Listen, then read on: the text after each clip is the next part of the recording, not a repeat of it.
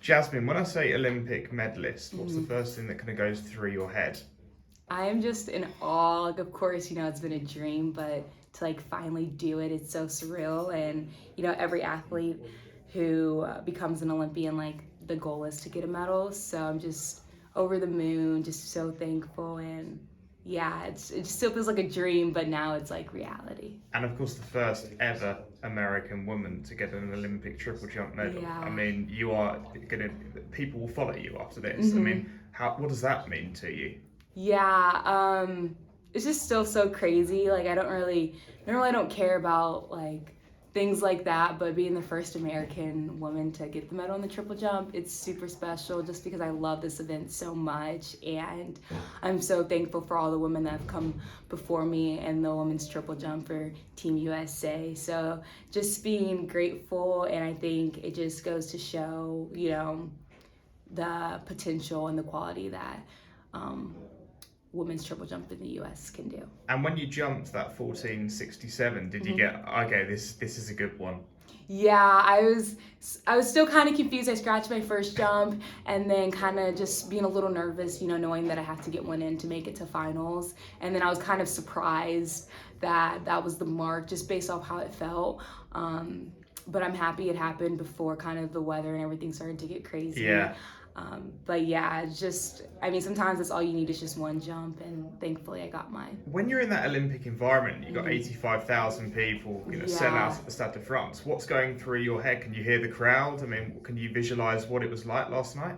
Yeah, I was just really just trying to stay in my own zone. I was just praying a lot. My faith is really big for me. So just like the whole time I was like, Lord, I trust you. Lord, Yeah. I trust you. Like, let your will be done, which sometimes is kind of scary to say, but I just knew that no matter the outcome, I was going to be okay. So just staying in my own zone was the main thing to get me through that. And to like mentally and I guess kind of emotionally prepare for an Olympic Games as well. I mean, how have you managed that over the past few weeks since Hayward Field? Yeah, it's been very stressful to say the least. Well, actually, not as stressful as Olympic trials. Like, if you are a part of Team USA, you know the stress that trials brings. Top three and that's it. Yeah, Yeah. and there's no redos. So that was, just to get the trials out of the way. And then, triple jump has been kind of tough for me this year. I didn't have the Olympic standard coming into this meet. So from not having the Olympic standard to now being an Olympic medalist, it really showed myself that no matter what, just keep fighting and don't give up on yourself. And,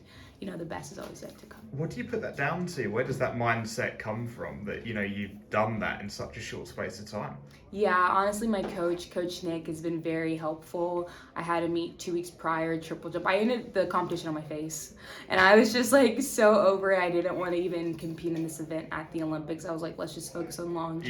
Yeah. Like, if that's what we have the best chance at medaling at. And he was just like, no, like, we're so close. Like, I can see it, like, stick it out. And I'm just so thankful he did. So really my support system. And of course, you have qualified for, it's not just the triple jump, it's the Yeah. long jump as well. Uh-huh. I mean, just on that, I mean, how do they work together?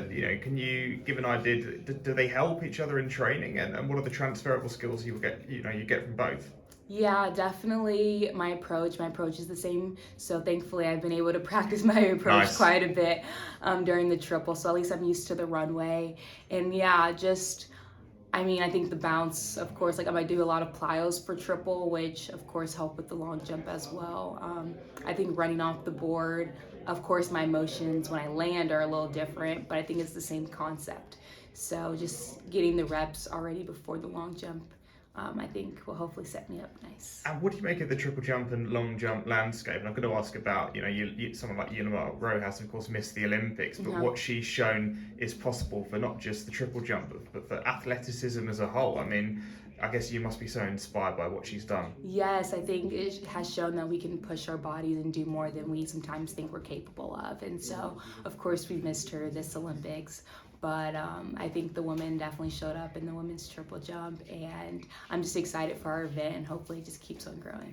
I've got to ask, what does this mean to you kind of back at home as well? Because I'm right in saying, did you have like a gymnastics background and you cheerleading background coming into Yeah. before athletics, but you're from Florida kind of training at the minute as well? Yeah, so I grew up in Dallas, Texas, the DFW area.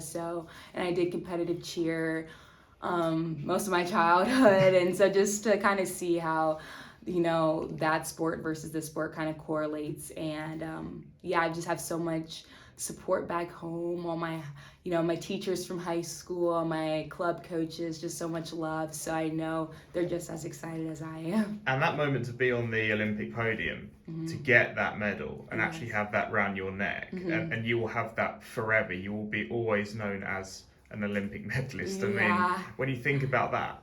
I'm just so excited for tonight.